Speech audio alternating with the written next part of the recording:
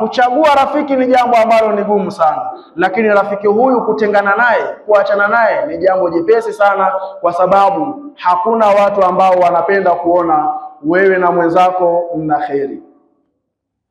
Lakini wa musahabatul abrar munjatun, kufungamana na watu wema, marafiki wazuri, basi huku kunakuwa ni kwenye kukuokoa wewe na adhabu za Allah, na unakuwa ni mwenye kufaulu mbele ya Allah kutokana na rafiki aliyokuwa mzuri. Kwa nini unakuwa ni mwenye kuokoka? Kitendo cha wewe kufungamana na rafiki ambaye ni mwema, rafiki ambaye anakuamrisha mambo yaliyokuwa mazuri, ni moja ya njia ya wewe kuyakimbia maasi. Ukishakuwa na rafiki mwema, rafiki ambaye anakukataza mabaya, unakuwa ni mwenye kuokoka na maasi. Nabiullahi Musa, Nabiullahi Isa alayhi salam, moja ya maneno yake aliwahi kuzungumza akasema, tahabbu ila Allahi bibughdhil maasi. Jamani, jipendezesheni kwa Allah, jikurubisheni kwa Allah, jipendekezeni kwa Allah kwa kuyachukia maasi. Unapokuwa na rafiki anayekuamrisha sali, funga, acha zina, acha kadha, acha kadha, fanya mambo haya ni ya kheri, tayari unakuwa ni mwenye kujiepusha na yale mabaya na kwenda katika mambo ambayo yalikuwa mazuri. Lakini akasema Nabiullahi Isa, wataqarrabu ila Allahi bitaba'ud minhum, na kurudisheni sana kwa Mwenyezi Mungu Subhanahu wa Ta'ala kwa kujiweka mbali na mambo ya maasiya. Waltamisu ridha Allahi bisahtihim, na tafuteni sana radhi za Allah Subhanahu wa Ta'ala kuliko hasira za Allah Subhanahu wa Ta'ala. Leo tunatafuta sana hasira kuliko radhi za Allah. Tuko Waislamu, swala zetu ni Ijumaa mpaka Ijumaa. Tuko Waislamu, swala zetu mpaka tupate na matatizo. Tunashindwa kujikurubisha kwa Allah Tabaraka wa Taala, lakini tunakuwa na nguvu kubwa ya kujikurubisha kwa sheitani kwa kufanya maasi mbalimbali. Leo kijana wa Kiislamu, kutokana na jamii inayomzunguka, marafiki aliyokuwa nao, kutembea barabarani hadharani na mwanamke aliyekuwa amevaa nusu uchi, amevaa vibaya, na akatembea naye katika mazingira ya kuashiria kwamba yeye na huyu wana mahusiano fulani, kijana huyu wala haoni tabu. Ukienda ukimueleza kwamba hili halifai urafiki, wewe na yeye umekufa. Leo kijana kutembea na mkeka ama kutembea na zile risiti za kubeti mfukoni mwake haoni tabu, jambo la kawaida. Kijana kula haramu haoni tabu, jambo la kawaida. Kijana kuangalia mapicha ambayo si halali kwake yeye kuyatazama haoni kwamba jambo hili ni zito, anaona ni kawaida sana. Tunajikurubisha sana kwa sheitani kuliko kwa Allah. Tunatafuta sana hasira za Allah kuliko radhi za Allah. Nabiullahi Isa aliwahusia watu wake na ujumbe huu mpaka leo hii umetufikia sisi. Alituambia tujitahidi sana kutafuta radhi za Allah kuliko hasira za Allah Subhanahu wa Ta'ala. Watu wake wakamuuliza, ewe nabii wa Mwenyezi Mungu, sasa ikiwa ni hivyo, ni watu wa namna gani wa kufungamana nao? Ni watu wa namna gani wa kukaa nao ili tuepukane na hasira za Allah, tuzipate radhi za Allah? Nabiullahi Musa akasema, jalisu man tudhakkirukumullahu iyatahu, kaeni na wale ambao kitendo cha kuwaona tu tayari mnamkumbuka Allah Tabaraka wa Taala. Kaeni na watu ambao mkiwaona tu mnakumbuka Allah yupo, mnakumbuka Allah kasema nini, mnakumbuka Allah kakataza nini.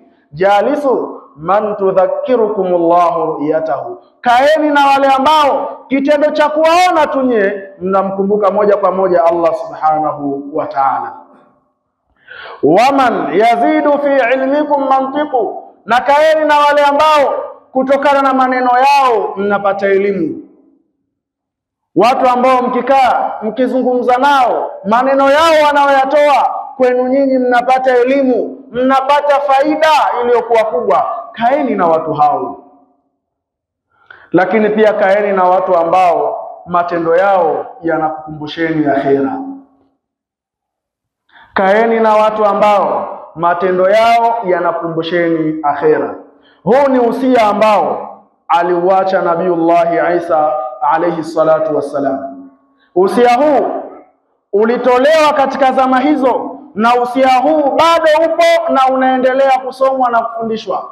Kila mmoja katika sisi, kila mmoja katika Waislamu, tushikamaneni na usia huu, kuanzia usia wa Bwana Mtume Muhammad sallallahu alaihi wasallam mpaka usia huu wa Nabiullahi Isa alayhi salatu wassalam, kwani ni maneno ambayo tukiyashika yatakuwa ni yenye faida na sisi duniani na akhera. Ud'ullaha wa antum muqinuna bil ijaba yastajib lakum.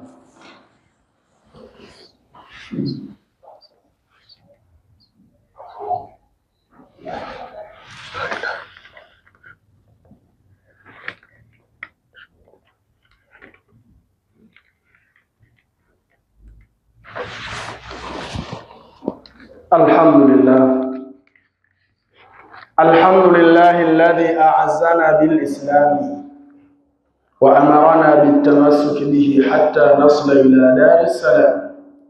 Allahumma anta as-salam wa minka as-salam wa ilayka ya'udu as-salam. Tabarakta rabbana ya dhal jalali wal ikram. Amma ba'd. Ayyuha al-hadirun al-mustami'un al-kiram, usikum marratan thaniyah bitaqwallahi tabaraka wa ta'ala. Ndugu zangu katika imani, na kuhusieni kwa mara ya pili kumcha Allah subhanahu wa ta'ala, kwani kitendo cha kumcha Allah subhanahu wa ta'ala ndiyo kitendo ambacho kitatufanya sisi tuwe ni wenye kufaulu mbele ya Mwenyezi Mungu subhanahu wa ta'ala. Nabiullahi Isa alayhi salatu wassalam ametupa usia uliokuwa mzito zaidi, usia ambao tukiuzingatia tutakuwa ni wenye kuelimika, tutakuwa ni wenye kufaidika, tutakuwa ni wenye kujitahidi kutafuta radhi zake Allah subhanahu wa ta'ala. Amesema Nabiullahi Isa, tahabbu ila Allah bi bughdil maasi, jipendezesheni kwa Allah, jipendekezeni kwa Allah kwa kuyachukia maasi, kwa kuyachukia makosa, kwa kuchukia vile ambavyo vinamchukiza Allah subhanahu wa ta'ala. Yoyote katika Muislamu anatakiwa kuchukia maasi ili ajipendekeze kwa Mwenyezi Mungu subhanahu wa ta'ala. Muislamu hutakiwi kuchochea maasi. Ukichochea maasi, maana yake unakuwa umejipendekeza kwa sheitani. Leo Waislamu wanasapoti matangazo ya zinaa.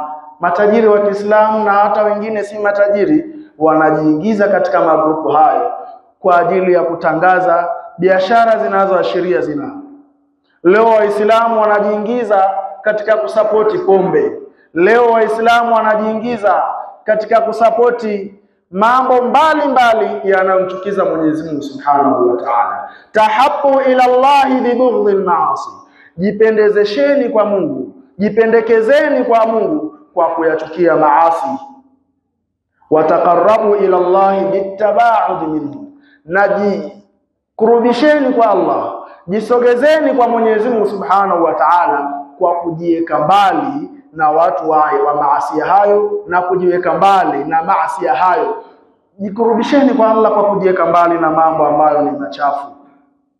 Waltamisu ridha Allah bisakhtihim, na jitahidini sana kutafuta radhi za Allah kuliko hasira zake. Kutafuta radhi za Allah ni kujitahidi kutii maamrisho ambayo Mwenyezi Mungu subhanahu wa ta'ala ameyatoa. Allah katupa maamrisho yaliyokuwa mengi, na wala si magumu na wala si mazito, ni mepesi mno ikiwa moyo wako utakuwa tayari katika kufuata maamrisho hayo. Lakini ikiwa moyo hauko tayari, utayaona ni maamrisho magumu. Kama ibada ya sala ni ibada ambayo ni nyepesi wala si nzito, kwa kuwa nyoyo zetu haziko tayari, tunaona ni ibada ambayo ni nzito.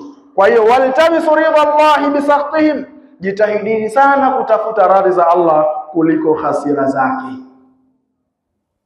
Usia huu Nabiullahi Isa alikuwa akiwahusia watu wake. Wale watu wakamuuliza, ikiwa ni hivyo, ni watu gani wa sisi kukaa nao ili tuweze kupata mafanikio mazuri, ili tuweze kupata rehma za Mola, ili tuweze kupata radhi zake Mwenyezi Mungu Subhanahu wa Ta'ala. Faqal, akasema Nabiiullah Isa, jalisu man tudhakkirukumullahu ru'yatahu, kaeni na mtu ambaye ukimuona tu moja kwa moja unamkumbuka Allah Subhanahu wa Ta'ala. Wako watu namna walivyojipamba, matendo yao, tabia zao, mavazi yao, ongea yao, moja kwa moja unakumbuka Allah yupo. Wako watu ukiwatazama moja kwa moja unajua Allah yupo. Wako watu ukiwatazama, kama ulikuwa unataka kufanya maasiya, moja kwa moja moyo unaogopa na mwili unagoma kuyaendea maasiya. Sasa kaeni na watu ambao kitendo cha kuwaona tu tudhakirukumullah, kuna kukumbusheni kuwa Mungu yupo. Lakini kaeni na watu ambao man yazidu fi ilmikum mantiku, kaeni na watu ambao maneno yao wakiyatoa, mazungumzo yao, moja kwa moja kuna kuzidishieni elimu. Kuna watu ukikaa nao kauli zao, qala Allahu qala ar-rasul, Mungu amesema, mtume amesema, qala al-ulama, wanawazuoni wamesema. Kaeni na watu hao ili nini? Mpate kuzidisha elimu katika vichwa vyenu. Lakini pia kaeni na watu ambao matendo yao yanakukumbusheni akhera. Kuna mtu matendo anayoyafanya moja kwa moja ukimtazama unakumbuka kwamba akhera ipo, na unakumbuka kwamba kuna kufa na kuna kuhesabiwa. Ndugu yangu katika imani, wanawazuoni wameendelea katika kuzungumza, wakasema maelezo haya yanamuhimiza kila aliyekuwa Muislamu ajitahidi kuchagua rafiki aliyekuwa ni muumini, aliyekuwa mcha Mungu, rafiki ambaye katika moyo wake kumejaa huruma na mapenzi ambayo yapo kwa ajili ya Allah Subhanahu wa Ta'ala, rafiki ambaye ndani ya moyo wake kumejaa Uislamu. Hao ndio marafiki ambao tunatakiwa tufungamane nao. Kila Muislamu anatakiwa atafute rafiki ambaye rafiki huyu amejawa na Uislamu katika moyo wake, amejawa na huruma katika moyo wake, rafiki ambaye ukikaa naye atakueleza Uislamu unataka nini, atakukataza Uislamu umekataza nini. Hawa ndio marafiki ambao unatakiwa kukaa nao.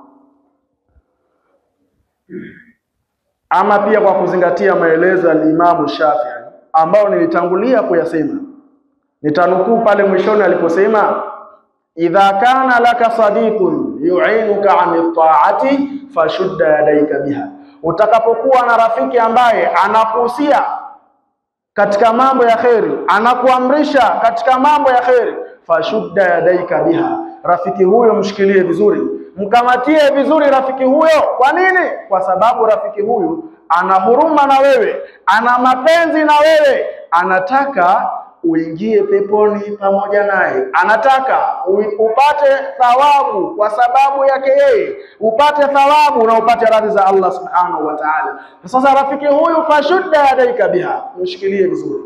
Fa inna ittikhadha as-sadiq sa'bun, kwa hakika kuchagua rafiki ni jambo ambalo ni gumu. Kuchagua rafiki ni jambo ambalo ni zito. Ndio maana vijana tuliokuwa wengi tumepotea na tumeharibika kwa sababu ya kushindwa kuchagua rafiki aliyokuwa mzuri. Macho hayaoni rafiki mzuri ni upi, lakini wale wabaya kwetu sisi ndio ambao tunawaona wazuri. Wazuri tunaona wabaya kwa sababu macho yameshindwa kutambua, na inathibitisha kuwa kuchagua rafiki ni jambo ambalo ni zito na ni gumu. Na ikitokea mtu kafanikisha kupata rafiki aliyokuwa mwema, wa mfarakatuhu sahalun, na kuachana na rafiki huyo ni jambo ambalo ni jepesi sana. Kwa nini ni jepesi? Sio wote watakaopenda wewe na fulani muwe karibu. Kama alivyosema Yahya ibn Muadh, utakapokuwa na rafiki ambaye ni mwema kwako wewe, shida zako unazomuelezea anakuwa haraka kuzitimiza na kuzitatua. Shida zake anazokuelekeza nayo unakuwa haraka katika kumtatulia. Rafiki huyu fala tumarrihi anin nas, usimpitishe kwa watu, usimzungumzie kwa watu.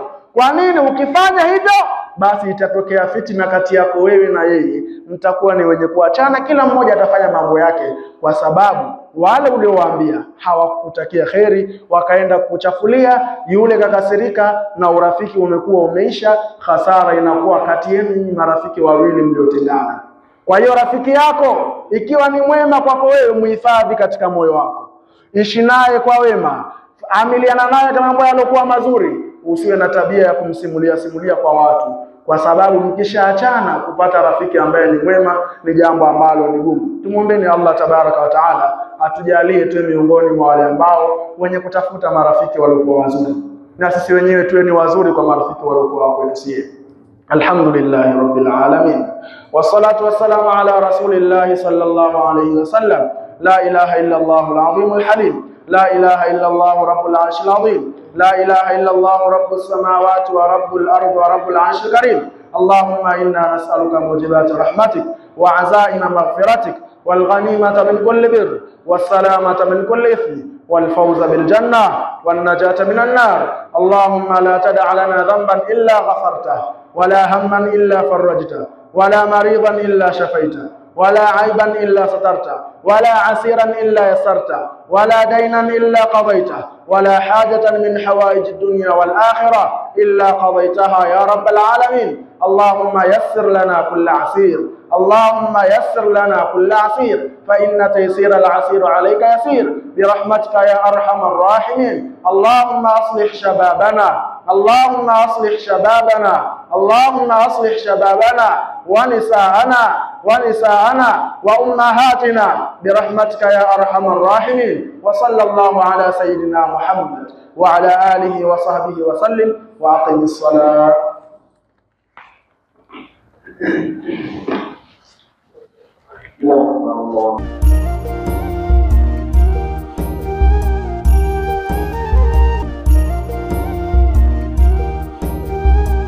Na kuhusieni pamoja na kuto kuisahau nafsi yangu katika swala zima la kumcha Allah subhanahu wa ta'ala.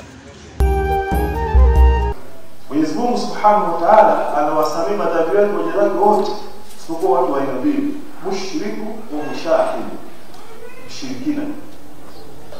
Na mtu wa pili ni mushahid, mtu mwenye ugomvi, watu wawili ambao hawaongei. Inna Allaha khabirun bima ta'malun. Allah subhanahu wa ta'ala ana habari na yale tunayoyafanya.